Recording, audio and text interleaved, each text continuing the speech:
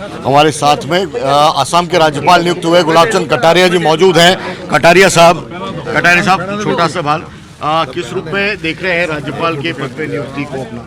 देखो, मैं प्रधानमंत्री जी का बहुत आभारी हूँ और हमारी जो सर्वोच्च पार्टी के लोग हैं उनका भी बहुत आभारी हूँ कि एक साधारण कार्यकर्ता को इतनी महत्वपूर्ण जिम्मेदारी दी है।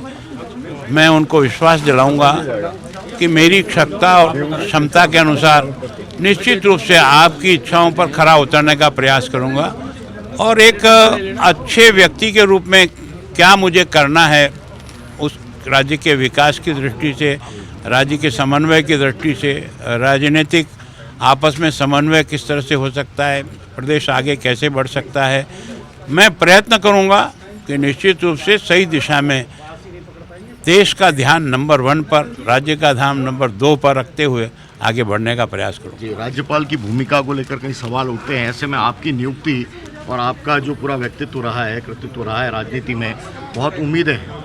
सामान्यतः मैं हमेशा जिस काम को भी मुझे सौंपा जाता है मैं उसके अनुसार अपने आप को ढालने का प्रयास करता हूं और काम करता हूं। प्रभु की कृपा है और मेरे सब सहयोगी मित्रों की भी कृपा है कि मैं उस दिशा में आगे चलता हूं, तो निर्बाध रूप से चलता रहता हूं। उन सब का आशीर्वाद मुझे मिलता है। चुनौतियां कई हैं, असम और मेघालय में कई तनाव हुए हैं, हिंसक झड़प भी हुई है। 2 राज्यों में 50 सालों के अंदर सीमा विवाद रहा है।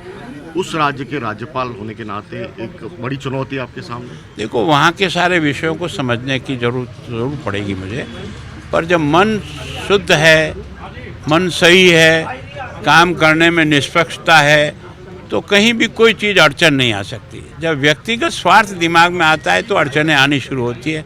तो मेरे को भगवान की कृपा से अब तक इस प्रकार की कमियों से मैं कहीं अटका नहीं हूँ। तो मैं सोचता हूँ इतने साल तक निकल गया, तब कुछ साल ज़िंदगी में और जिएंगे, इस संस्कार को लेकर के आगे बढ़ेंगे। सीएए, एनआरसी जैसे विषय हैं वो आसाम के अंदर, उस राज्य के अंदर डायरेक्ट है, वो अपनी भूमिका निभाएंगे। जो आपका कोर इशू है बीजेपी का, किस तरह से वहाँ देखेंगे? देखो, वो वहाँ की परिस्थितियाँ और उसके समय के हिसाब से मैं निश्चित रूप से देश का जिसमें भला हो उसी काम को करने का प्रयत्न करूँगा। बहुत बहुत शुक्रिया हमसे जुड़ने के लिए। तो पंजाब केसरी से मुखातिब थे गुलाब चंद कटारिया, जो कि असम के राज्यपाल अभी नियुक्त हुए हैं और बड़ी भूमिका उनकी है और उस पर उन्होंने बेबाकी से बात की। पंजाब केसरी टीवी से हमारे साथ में सहयोगी हरिनाम और कैमरा पर्सन कृष्ण कुमार के साथ विशाल सूर्यकांत, पंजाब केसरी टीवी, जयपुर।